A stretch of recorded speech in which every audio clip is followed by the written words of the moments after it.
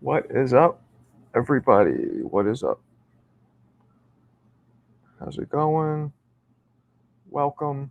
Um, Here to talk about what's in the title, which is who's next for Tank and who is next for Canelo. Um, so I want to hear what you guys think. Um, the Canelo one is definitely a tricky one because there's not that many people from the fight uh, that are available that meet his criteria. So I want to know what you guys think. Who would be a good fight for Canelo or for Tank? 'Cause both guys are the quote unquote faces of boxing, which I hate that term, but neither have a positively good wind up fight. So that being said, we don't know what's next. We're waiting on the guys who are the money makers in boxing. Those of you watching on Instagram, this is being streamed through my YouTube, so I could see the comments there, and I'm not really I can't really see the comments on Instagram. So yeah, I think Canelo. I mean, he needs to fight Benavidez. That's who he needs to fight, but he has avoided that matchup for 4 years now, 5 maybe. So what makes us think that that'll come to fruition now? Maybe it's time. I mean, Canelo's really not been known for somebody who avoids fighters, so maybe it's time. I don't know why they didn't just let us know that instead of all of the, you know, all of the kind of cryptic, fighting somebody, he's an American, but it's just say who are you talking to? I don't get what's the big deal. But that who do you guys think that he should fight? Those of you watching on Instagram, I am streaming live on YouTube, so this is just a secondary stream on Instagram. So if you want to come and comment and engage, please, in my bio, click the link, which is my YouTube channel. That's where this is streaming from originally, but it's doing a secondary stream onto Instagram. So please join. So yeah, if not Benavidez for Canelo, then I mean, who fits the criteria of not being Mexican? That Canelo said he doesn't want to fight a Mexican, and he wants somebody who won't be all risk no reward, which he said about Crawford. He said Terence Crawford would be all risk no reward because Terence Crawford is two weight classes below him. So if he beats Crawford, all risk reward means he takes a risk of the risk in case he loses is so much worse and he gets so much less out of it than if he wins. If he wins, well, he's supposed to win. He beat a guy smaller. But if he loses, then, he lost to a smaller guy. And then, how boxing is. You get one loss and things start flying. What's up, Julius? Jump in the YouTube channel if you can. I'm streaming again, guys. I'm streaming this primarily on YouTube.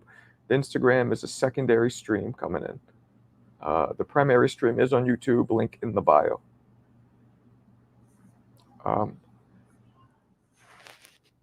So, I mean, besides Benavidez, there could be Charlo, possibly.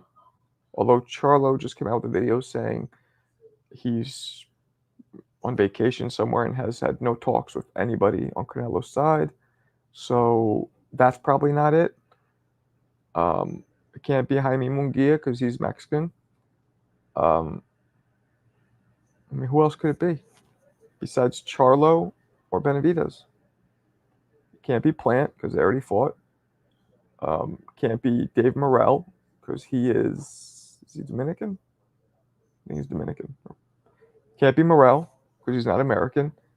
So who is the American that Canelo is talking about fighting, but being so cryptic about it? It's kind of annoying, if you ask me. But I want to know, guys watching, also please hit the thumbs up. That helps with the visibility of the show. If you guys are watching, I'd like to know who you guys think that Canelo could be fighting next. And forget about who you think, who would you want to see him fight next? I'd actually like to see Crawford. I think that'd be fun. I get that, and I get why Crawford wants it because it's all risk. I mean, it's a lot of reward for him and low risk. Low risk in terms of if he loses, doesn't really mess up his legacy as much. But if he wins, well, he's an instant all-time great, instant pound for pound great talks. If he beats Canelo, but Canelo on the other side is, that could damage his all-time great status, losing to a smaller guy. And because Terrence just looks so good beating Errol, the recency bias in boxing is crazy. So people think that he could do anything. So I don't know. Hold on. Okay. Yeah. So I don't know. What's up, Big O? I honestly think Crawford is an option despite what Canelo says. Well, maybe, possibly, but we have to go by what he says, right? For now, I would love to see Crawford fight him. I think that'd be fun.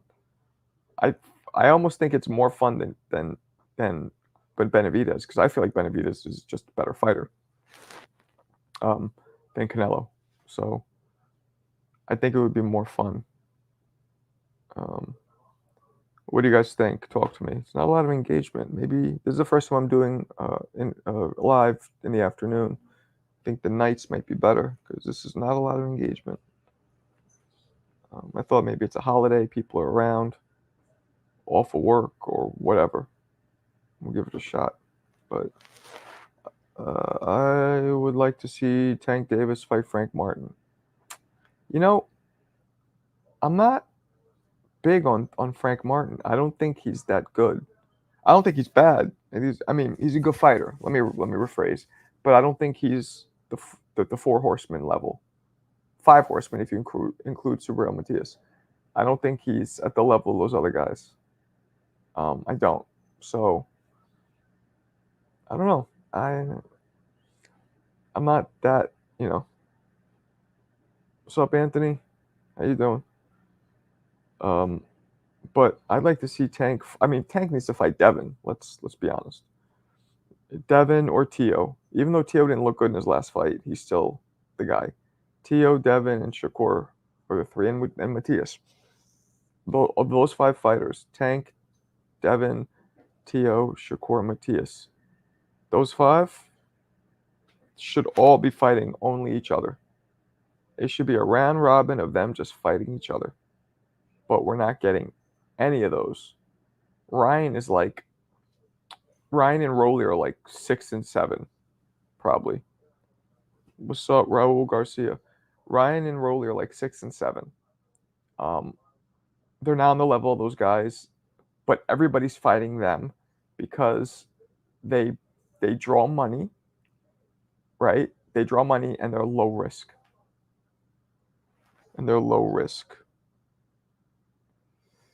Which one? I don't have anybody beating Tank, Anthony. Possibly, I could see Shakur staying away and just popping jabs, pop, and staying away and getting a boring decision. I could see that. I could see Devin also outboxing Tank. But if I had to bet, I would still lean on Tank beating everybody. But Devin and Shakur have a great shot.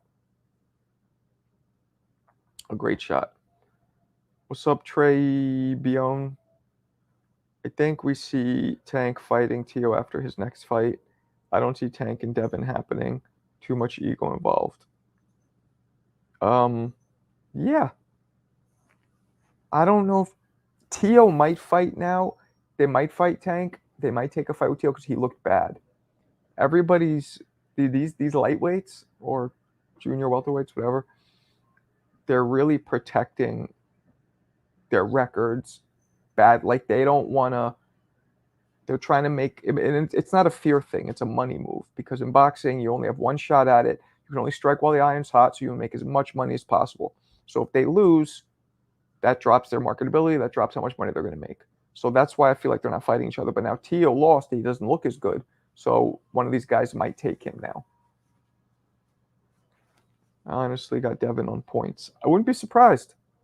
I wouldn't be surprised because Devin is very long, pause, fast, smart, and has a little pop now at 40. So I wouldn't be surprised if if Devin outpoints him. I wouldn't be surprised if Shakur outpoints him. I think Devin and Shakur would be probably the most boring fight in the entire universe in the history of civilization. That fight I don't want to see. But Tio is exciting no matter who he fights, and so is Tank. Tank and Tio are both very exciting no matter who they fight. That's why I'd like to see them fight each other, because that'd be fun. Subriel Matias, too. He's exciting no matter who he fights, because he's coming forward, he's throwing hard punches, he's chopping down trees, trying to get people out of there. So Subriel Matias is very exciting no matter who he fights. Who else is out there? You got up and comers like I think Keyshawn is that weight, and Abdullah Mason. What weight is Abdullah Mason? I'm not really sure. What do I think about the Devin and Ryan fight? Well, I think they're promoting it well. I think they're, putting on a bit of a show to promote it. I think Devin beats Ryan. He boxes his socks off. That's what I think. Just boxes him for 12 straight. I think it's pitches a shutout. I think Ryan might even have in the lower numbers in history in a 12-round fight of what he lands. I think he's going to have a lot of problems hitting Devin. People talk about Shakur's defense, but Devin is very good because he uses his offense as his defense. So Devin's able to always be offensive, and then Devin is excellent at getting out of range. Devin does not like going toe-to-toe, and he's mastered throwing his shots when he can and then getting right out of range. Does anyone get dropped? Well, when you're fighting Tank, somebody's always possible to go down. It's always a possibility when you fight Tank, because Tank could drop anybody at any given moment. So it's possible. What's up, the Mexican G? Ryan versus Devin isn't worth watching. It's going to be one-sided. Yep. I'll watch it because, Ryan is still, he has that speed and he's going to try. One thing about Ryan he does try. Those hard, fast shots, and he's, but he's going to get his socks just fully boxed off. Talking about Ryan and Devin. Ryan and Devin? Yeah, I mean, Devin is going to pitch a shutout. I mean, Ryan might land a couple of those left hooks, and then Devin's going to adjust, and then that'll be that. He won't be landing any more of those left hooks after Devin adjusts. It's going to be really tough. What's up, the Casanova pugilist? I'd rather pay for AJ versus Ngannou than watch Ryan left hook at air all night. Eat a ton of chaps. Yeah, I agree. AJ, now that's a fight. That's interesting. I think AJ might knock out Ngannou. Like, severely one-sided knockout or stoppage. I know that's maybe not a popular opinion because he just looks so good against Fury. But don't forget, Fury, one, wasn't really fully taking it seriously, and two, Fury didn't have the strength advantage or the size advantage. He had the height advantage, but not the size or the strength. I mean, he weighed more too, but when I mean size, I mean just strength, I guess. But with AJ, I don't know if Ngannou will be stronger. He's a couple inches shorter, and I don't know if he'll be stronger. And AJ could punch. And I know Ngannou seems like he has a good chin, and Ngannou could punch. That's why it's exciting, because anybody could stretch out AJ, because he's proven that his chin can be weak. It's not even weak. It's just when you're a heavyweight, man, anybody can go. I never heard Tank mention Loma. I think he's scared of him. Might be a close fight. Jimmy Davis. I don't think he's scared of him. Ngannou's has a real chance. He does. Ngannou does have a real chance. Joe, how's Jeremy? Jeremy's good. Jeremy's good. Yeah, I don't think Loma's somebody that people don't want to fight because he's dangerous. It's a big risk, but at this point, beating him doesn't hold the same water, the same weight as if you beat him years ago. Because when you beat him years ago, you're beating an all-time great. Now, but really, he's only lost 2 fights, and it's arguable the Devin Haney fight was close. So he lost 1 fight early in his career, right? It was like second fight for a title he won, but so I don't know. I guess because he had 2 fights that were very close, or that he lost in a row. So I wish these guys would fight more for legacy and not always money, but I understand they want a good payday. Well, the problem is, Anthony, it's not like the NBA. There's no union, there's no pension, there's no guaranteed nothing. It's like people who live check by check, fighters live check by check, literally. Now, the only difference is some of those checks can be 20, 30, 50, $100 million. So they're trying to, but the checks could stop coming at any moment. It's like boxers are independent contractors for the most part. I know some of them sign, contracts, 3, 4, 5 fight deal contracts or whatever, but overall, they're independent contractors. So every fight could be their last. So they're trying to just get the biggest amount of money, because the second they lose, this boxing community now has kind of been brainwashed or programmed to think, oh, once a fighter loses, he's garbage. So Tank's still on training wheels. I understand. What's up, Ayub? Marco, I don't like Calvin Ford and Kenny. They don't want to talk. They don't want Tank to be fighting the likes of Haney, Shakur, Teofimo. That's why Tank should leave Coach Calvin and Kenny. Well, I don't know. I mean, I've talked to both of them, and Calvin didn't like the Shakur fight, but Kenny did. So, but it's not their job to tell him who he's going to fight. It's their job to train him. So, I don't even know how much they advise on his fights. That's probably his advisors, his promoters. These guys like Tank really made a ton of money. He is scared to take a challenge.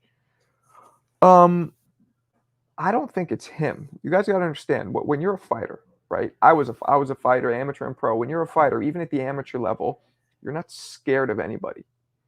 There's certain guys you might be more cautious about.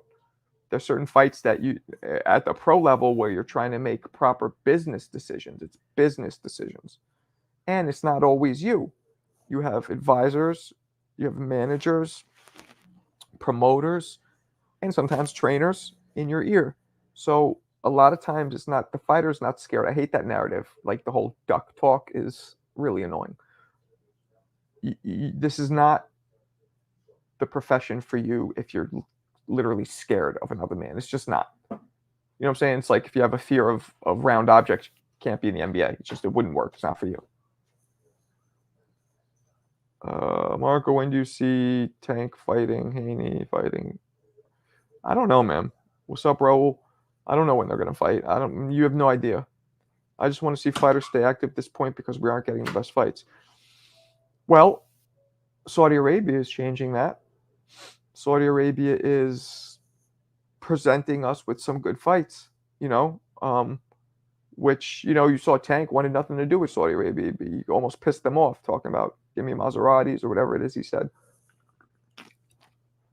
So Saudi Arabia is making the best fights. I think Saudi Arabia might end up forming its own league, its own union, which would be dope.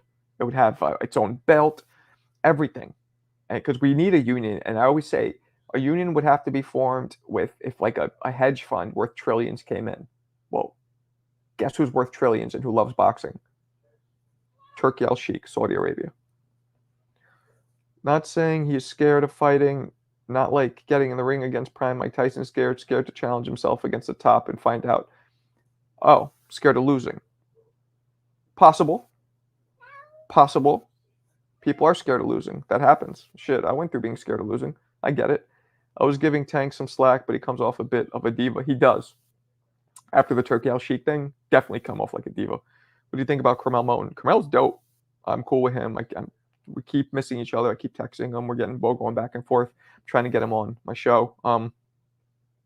He's dope. He's a prospect. He's only 17. He still has braces. I mean, he's a kid. I think he could be the future.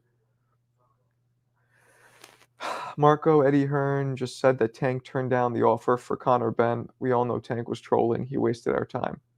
Well, when a fighter is, this is the problem with social media. When a fighter is publicly called out, right? What do you think they're going to say publicly? Nah, man, or let me get back to her. Talk to my advisor. They're going to say, yeah, what's up? I'll whoop that ass. Send the contract. Always. Send the contract. It's always in some form said in a response. Because you can't punk out. You know what I mean? Or you can't be like, how would it look if Tank's response was, well, let me talk to my team and talk to my promoter and see what's the best move for my career and I'll get back to you. What would that do? So that's why he says he's going to fight him. And he probably meant it. But, you know what I'm saying? Time kicks in. Nah, Carmel's 17. I don't even think he's 18 yet. Carmel's the next generation of talent. He needs proper guidance, but I see Floyd getting in the way, letting him be just great like Tank. I don't know. It's hard to tell what's going to happen. Floyd is still a great mentor for any fighter. Say what you want about Floyd. He's one of the greatest fighters of all time, not only in the ring, but mentally in terms of making money, generating income, and popularity. He's one of the greatest who ever did it in both of those. So, blessings. What's up, AK? Why do you think Tank fight next? Frank Martin. I heard he has a big announcement coming. I personally am not. I don't think Frank Martin is at the level of the Five Horsemen. I think he's a good fighter. No disrespect to him, but I don't think he's at that level yet. So that fight doesn't excite me. That'll just be another probably knockout for Tank. But if they're not fighting each other, if those five, Tank, Shakur, Devin, Tio, Matias, if they're not fighting each other, I don't want to see it. I'll still watch it, but I don't want. You know what I'm saying? Figuratively, I don't want to see it. Teach. What up, Teach? I know Teach thinks Shakur beats everybody. Jimmy, what up? Facts, but Tank fanboys won't accept it. You can't get Tank. Fighter like Noma. Okay, that wasn't for me anyway.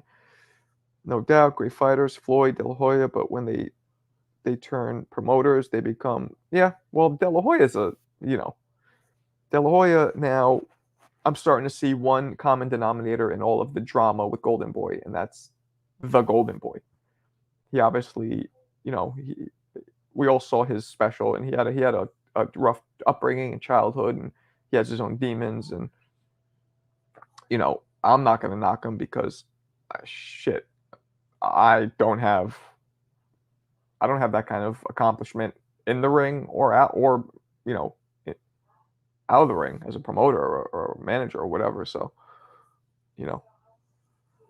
Anthony, I mean, Tank's a millionaire, so he should take fights that the fans want to see if he's scared to lose his O. You have to understand, man. Like, I interviewed Michael Moore recently. You guys can go to my YouTube channel here and watch it. He's broke. Fighters lose off the jump 68% of their checks. Not all, but most, when you include managers and promoters. And then taxes take another 30 to 40 or 50% of that.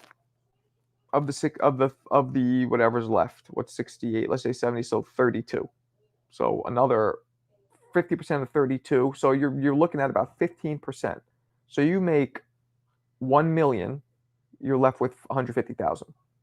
You make 10 million, you're left with 1.5 million, which is good, but there's expenses, and so now you see. I understand, Marco, that Frank Martin is a black fighter who is slick and has a ring IQ and footwork is good, so they probably Tank's toughest fight. And I know right now, not including Shakur and Haney. I guess I'm not like I said, I'm not really big on Frank Martin.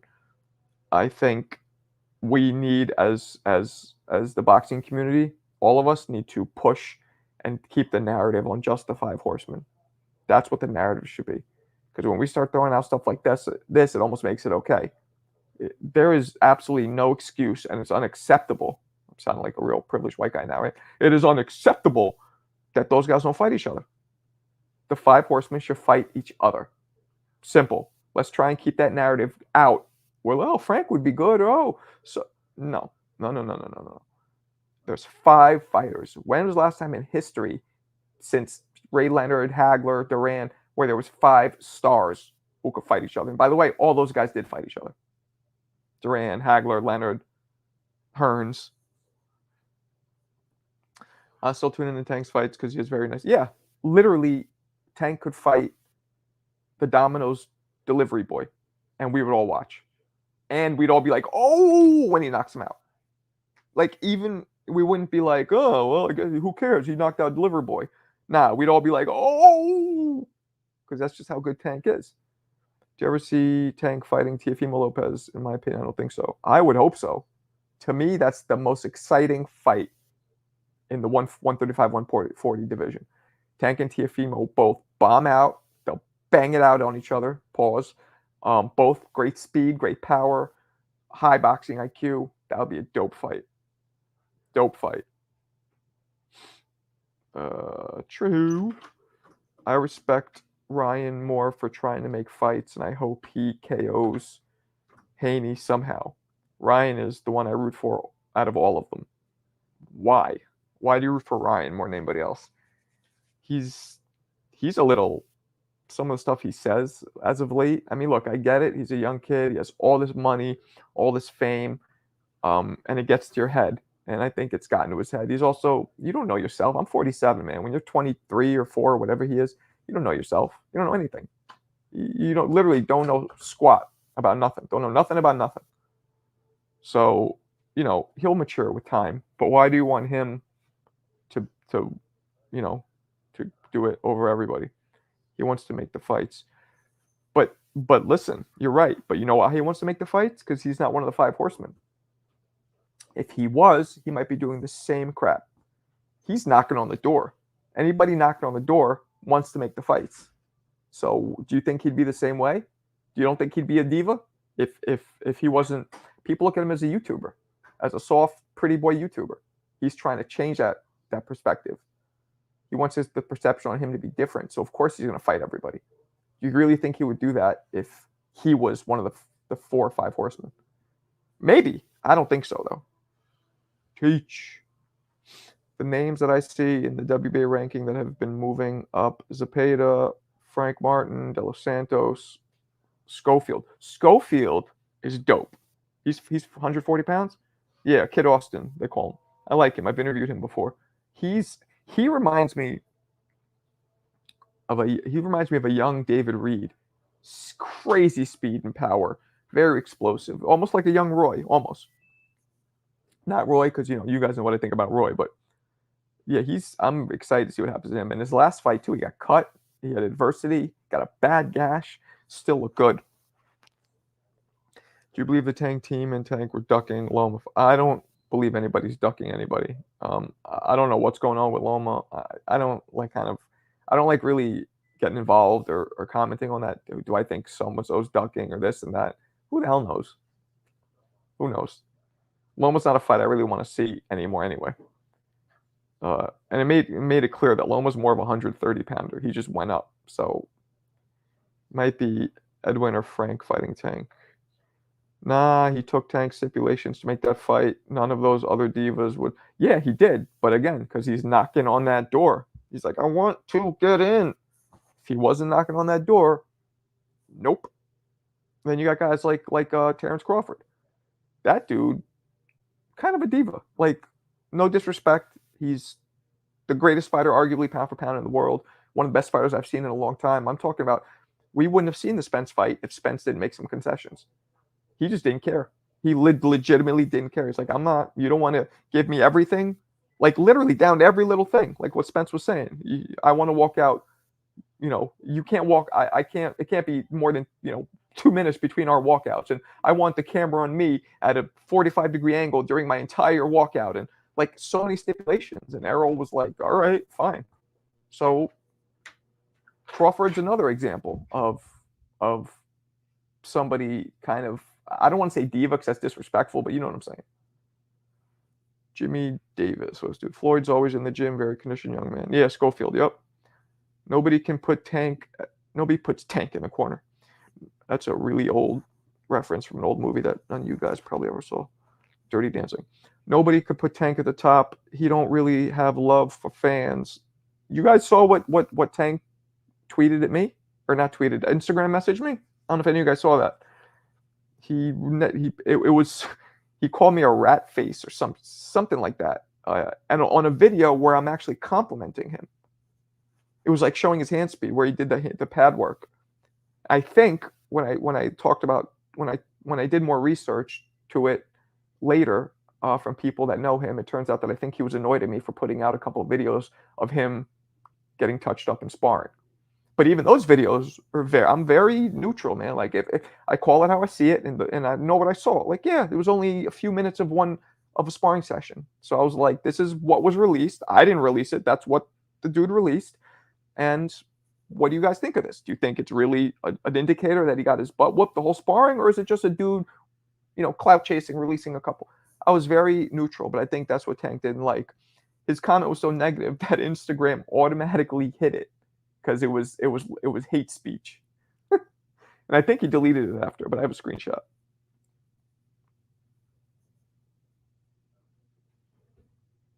Okay, what do we got? Mr. Jannard Hill, what up? Out of 8 fights possible from 135 to 140, Loma, Matias, Shakur, Haney, Gary Russell, Tio, Frank Martin is not willing to take the fighter as champion. It's not adding up. Yep. Agreed. Crawford had to leave his promoter to make that fight. Yep. It takes 2 to tango. Remember, they kept telling Bud, leave Top Ranked. It wasn't just Spence who made the fight. Well, he didn't leave his promoter just to make that fight happen. First, he thought his promoter was racist, which came out after. Second, he wanted to control his own stuff because he knew that he could do that now. He went independent. He didn't leave that fight to fight. I don't think he left that to fight Spence. No way. That might have been a slight, it might have been a little bit of a motivation in that. You're right, but that's not why he left, I don't think. The Mexican G. Tank is very defensive. He threatened to slap Showbiz, the adult, for reacting to a video of him. Did he? He said he's going to slap him?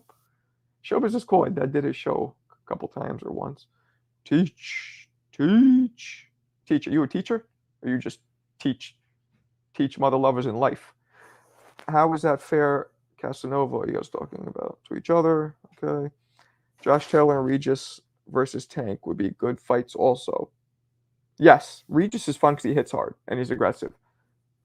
Taylor, I don't know.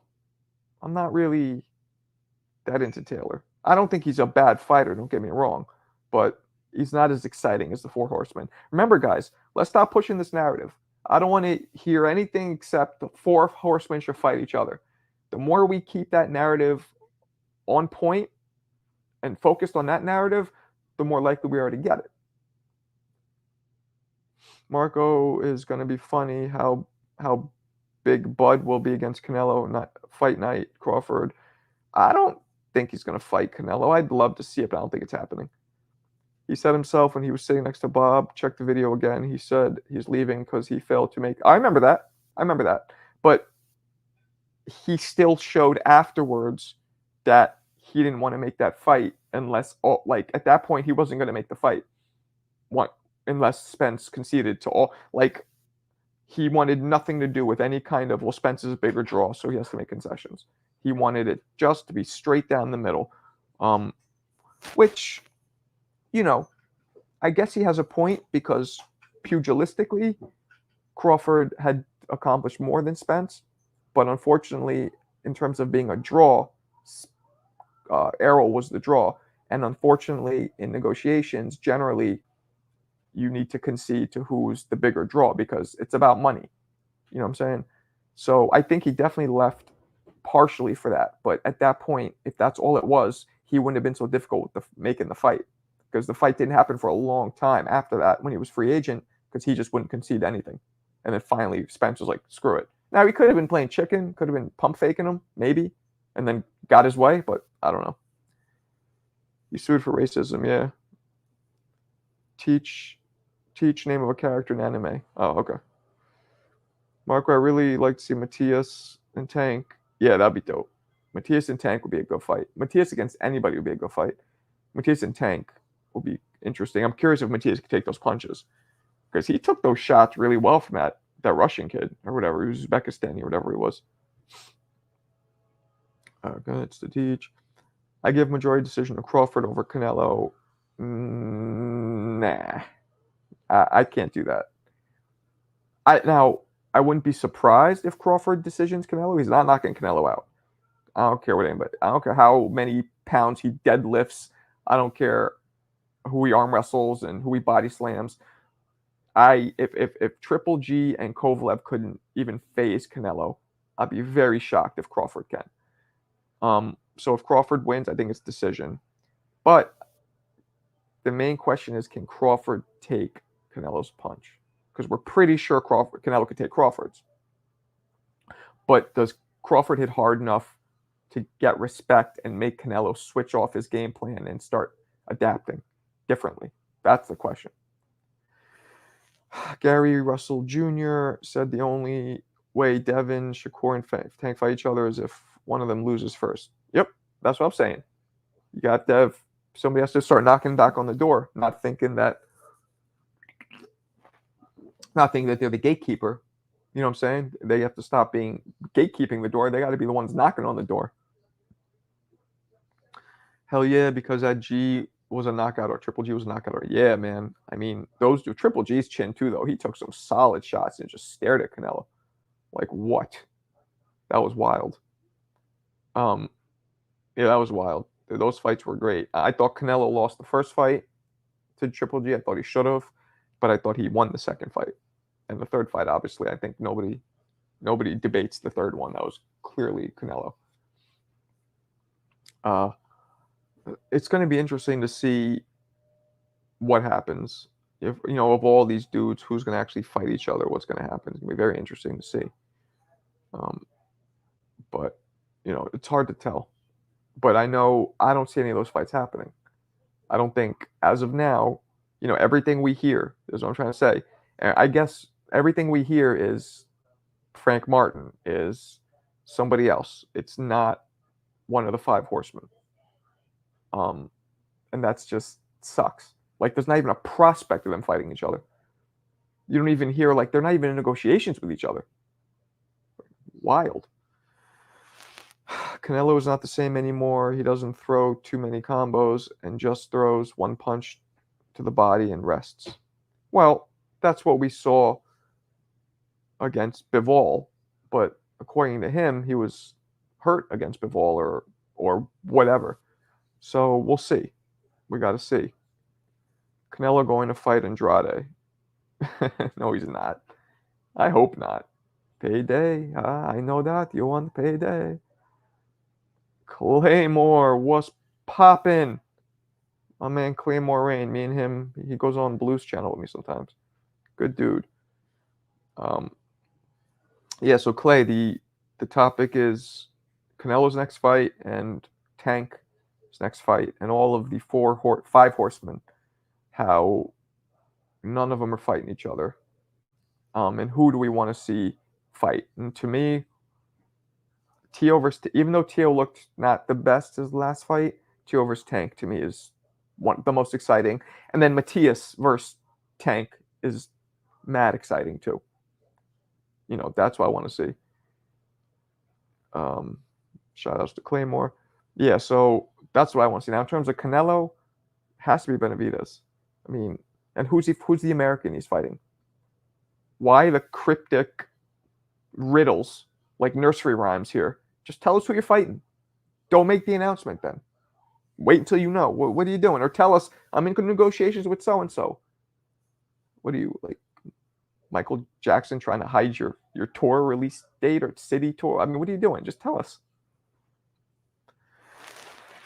Do you think it's fair to compare past generations who fought each other to this generation where business determines fights? For example, when we say you can't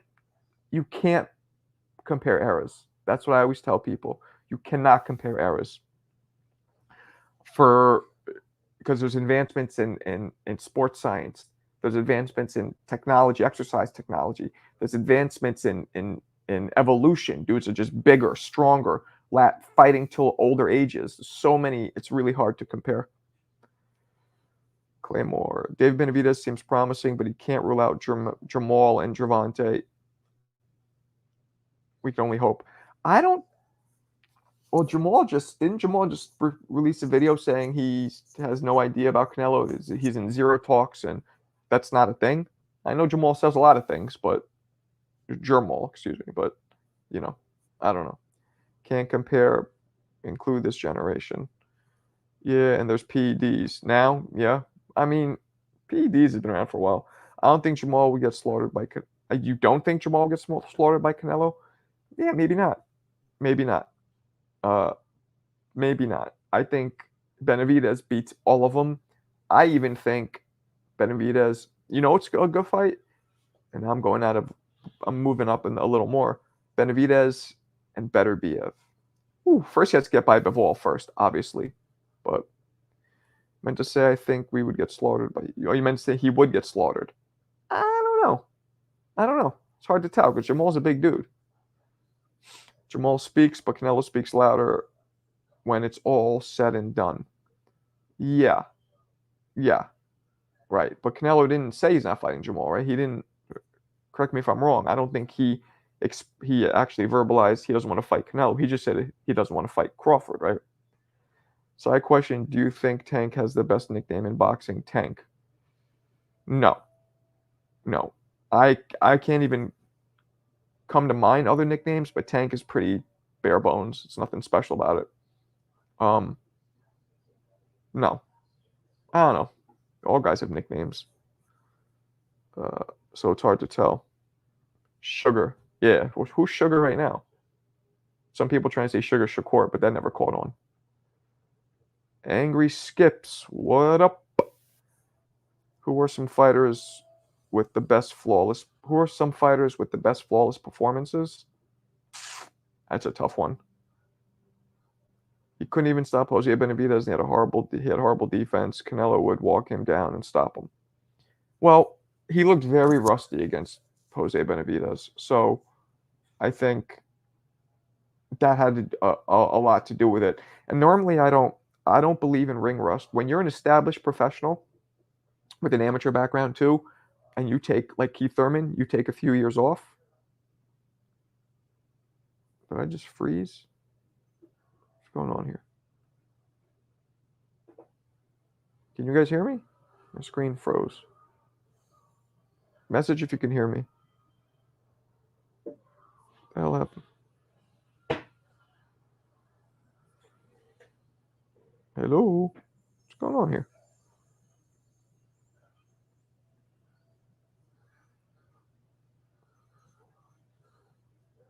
Hold on a second, guys. I don't know what's happening. Everything just froze on me. Google Chrome helper, activity monitor. I don't know what's happening here.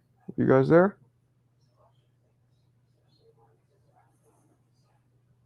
Hello? Never seen this before. Let me reload this and try it again.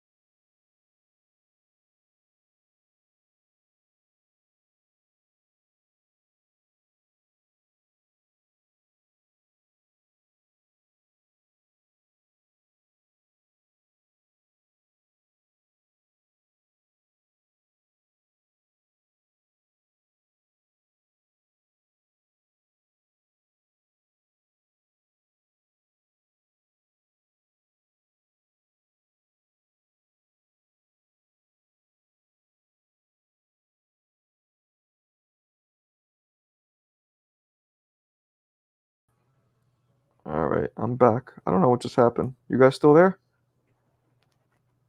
All right, I'm back, guys. I don't know what just happened, but my stuff keeps freezing on me.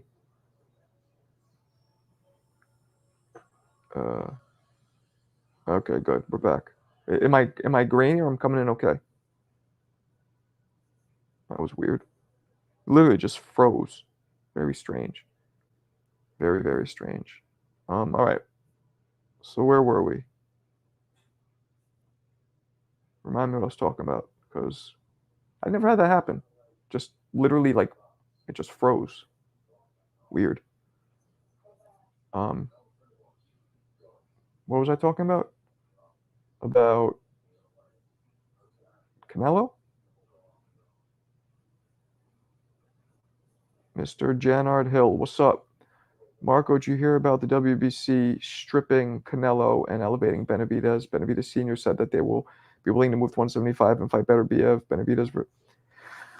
Yeah, I didn't hear about that, but Beterbiev versus Benavidez is going to be such a dope fight as long as Beterbiev walks through Bivol. I think at this point, because of recency bias, and we all have it in boxing, which means, I mean, you guys are smart. I don't need to explain recency bias, but because of that, now Beterbiev is like the biggest thing, since sliced bread, because he looked so good his last fight. But so is Bivol, because he looked good his last fight. In the fight before that, well, he's the only person to beat Canelo since Floyd did it. So everybody thought Bivol was like the cat's meow, as they would say. So yeah, I don't know. That'd be a good fight though. I'm running a speed test here. I feel like my internet's slow. So yeah, that'd be a really good fight. That would be dope. I didn't know that they're stripping. I didn't know that they're stripping him. Some guys, I mean, Canelo should get stripped. Benavidez. Yeah, the internet's a little slow right now, for some reason. But yeah, I don't know. Benavidez. Excuse me. Canelo has held on to those belts so long, and Benavidez has been as mandatory for it's 4 years, at least 4 years. And so why are they stripping him now? It doesn't really. I don't get it.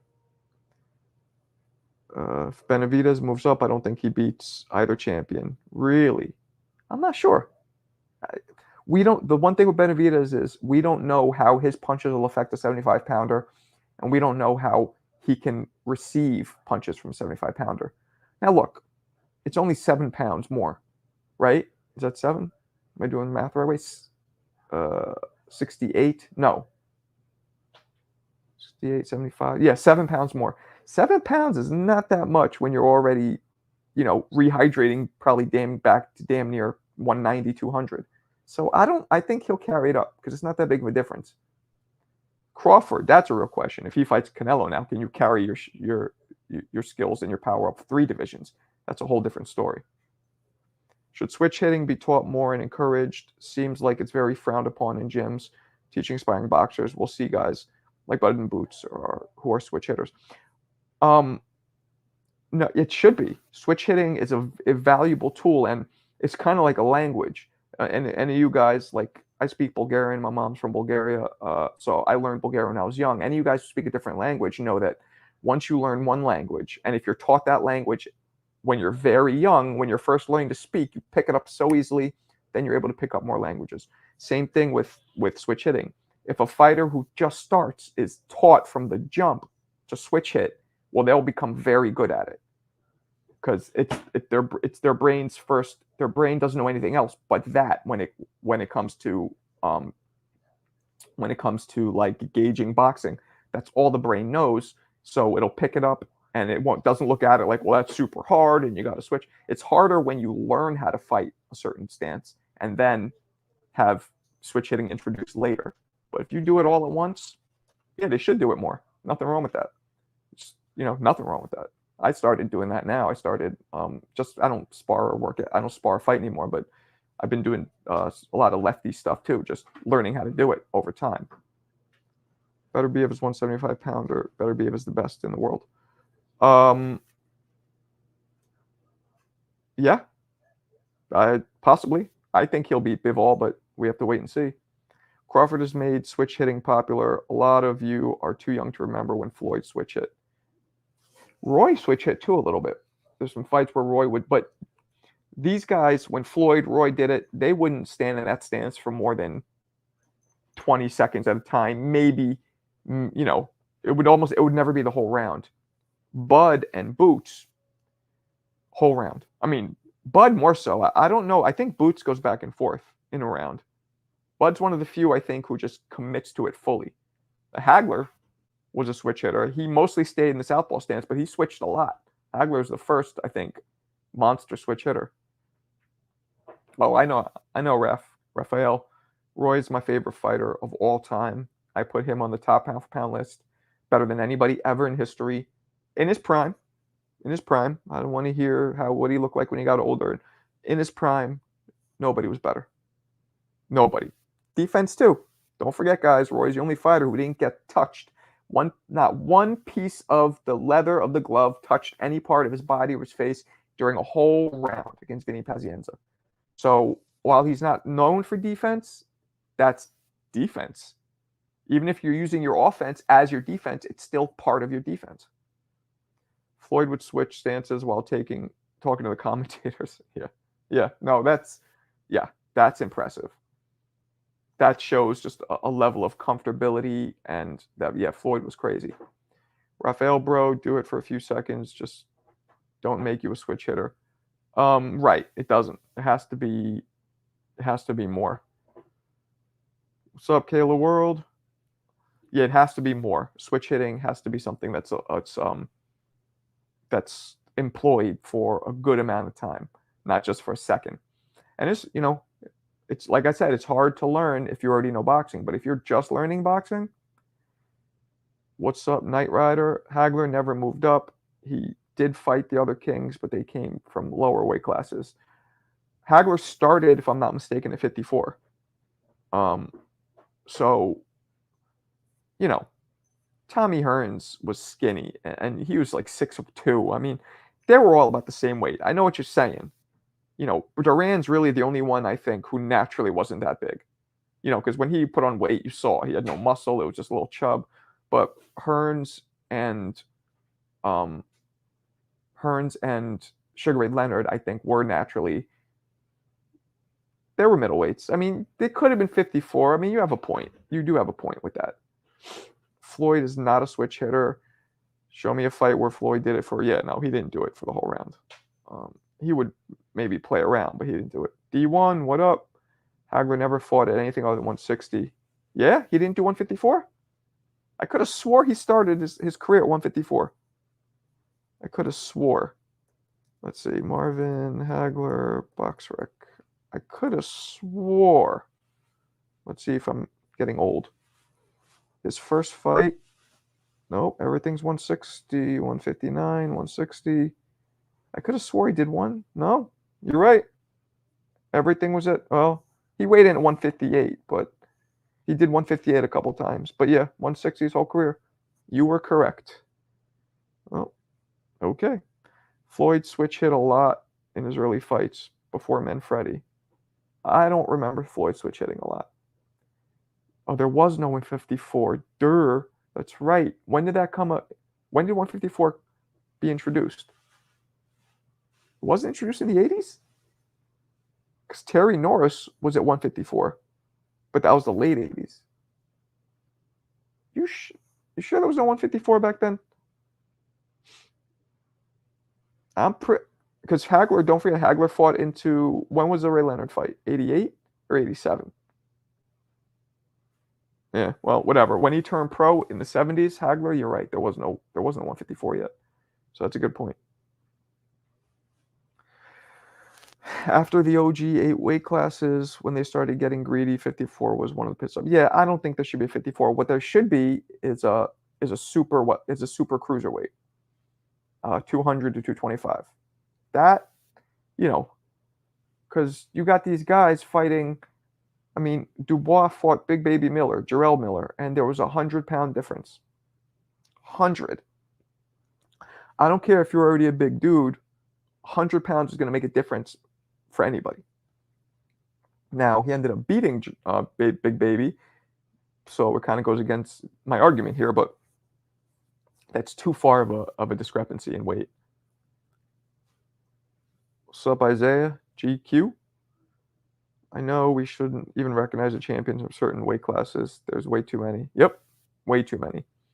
I think from my experience, right, being in there and seeing, you don't start feeling the difference in a fight. Like when you're in there with them, everything from their punching power to their strength and their size, you don't start feeling it at all until at least, I want to say, 10 to 20 pounds. When somebody's 10 to 20 pounds heavier, then you start feeling it. I'd say, let's say 15 or above, you start feeling it. But 7 pounds, 5 pounds, no, not even really 10. It's like 15 to 20. So those old gaps are fine. Middleweight 160 to 175, that's 15. That's perfect. Jannard, a lot of young fighters naturally are picking up switch hitting like Crawford, Oshaki, Abdullah. Yeah, they're starting to do it now. Definitely. What's up, Joseph Jackson? It's just a bunch of catchweights today. Yep. 3 weight classes at least. Yeah. It's you don't really, now when you're smaller, because when you're dealing with physics and a smaller guy, 5 pounds feels like way more to a lighter person than it does to a heavier person.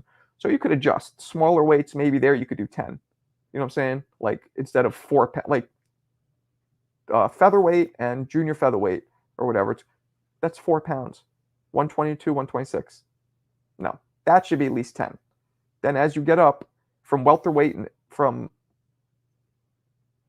welterweight and above, maybe then you start going 10, 15.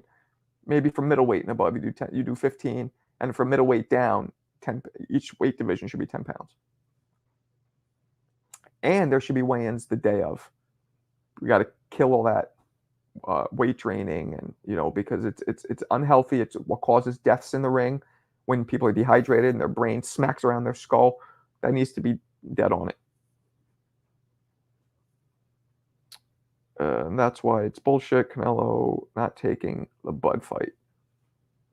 Yeah, he's not going to take the Bud fight because, and I don't blame him. I don't care what you say about Canelo. He has earned the right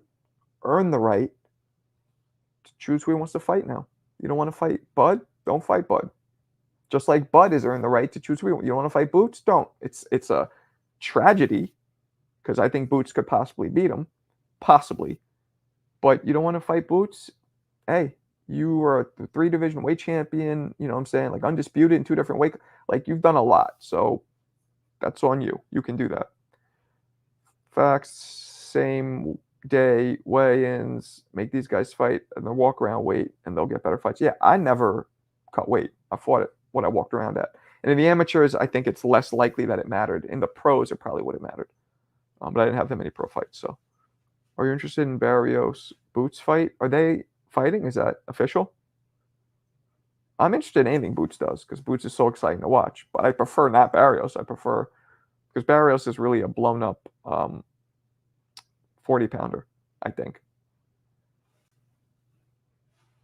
Boots not beating Crawford. Probably not, but I wouldn't be surprised. He has all the tools to do so. He has to show us more. He has to beat bigger names before I could say he'll beat him. I would go with you're right so far, but he has the tools, all the skills too. I don't know how to explain this, but naturally right-handed, so orthodox, but when I go southpaw and use my left hand, it feels different. Like I feel strong left hand, a new arm. Yeah, I mean, yeah, I think you're right.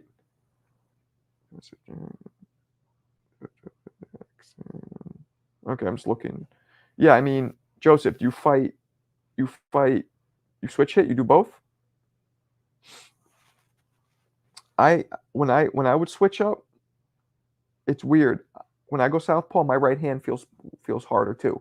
Throwing my right hook feels harder because, and it's weird because now you're throwing it. You're not throwing it from where it's cocked back and your weight's on your back foot. Now you're throwing it where your weight's on your front foot. And since your right arm, if you're a righty, is stronger, it makes that hook harder. Which is why certain people, righties who aren't righties, would fight righty because they wanted their jab to be like a shotgun. So I get that.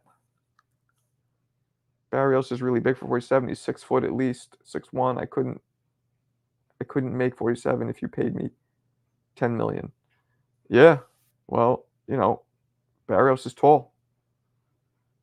Knight Rider. Maybe I'm wrong, but I think cutting weight is to get an advantage. But if everyone is doing it, then it's kind of cancel out. Yeah, but it causes mismatches. The cutting the weight, one, because you have guys who would like Ryan or whatever. I don't know if Ryan's a good example, but guys who are like, I'll do it. I want this payday.